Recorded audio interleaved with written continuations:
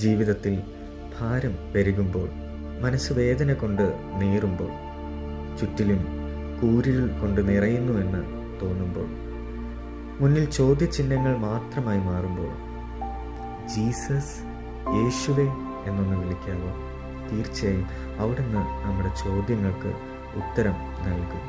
അവിടുന്ന് നമുക്ക് പ്രകാശമായും മാർഗമായും ജീവനായും മാറും. ഒരമ്മ തൻ്റെ കുഞ്ഞിനെ മാറോടണയ്ക്കുന്നത് പോലെ അവിടുന്ന് നമ്മെ ചേർത്തുകൊള്ളും.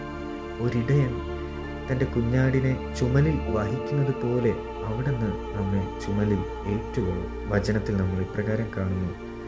മത്തായി എഴുതിയ സുവിശേഷം 11-ാം അധ്യായം 28-ാമത്തെ വചനത്തിൽ, അധ്വാനിക്കുന്നവരും ഭാരം ചുമക്കുന്നവരുമായുള്ളവർ എല്ലാവരും എൻ്റെ അടുക്കൽ വരുവിൻ, ഞാൻ നിങ്ങളെ ആശ്വസിപ്പിക്കും എന്ന്. 55-ാം സങ്കീർത്തനം 22-ാമത്തെ വചനത്തിൽ നമ്മൾ ഇപ്രകാരം കാണുന്നു. നിന്റെ ഭാരം യഹോവയുടെ മേൽ വച്ചുകൊള്ളുക, അവൻ നിന്നെ പുലർത്തും.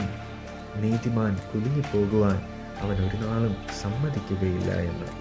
God bless you.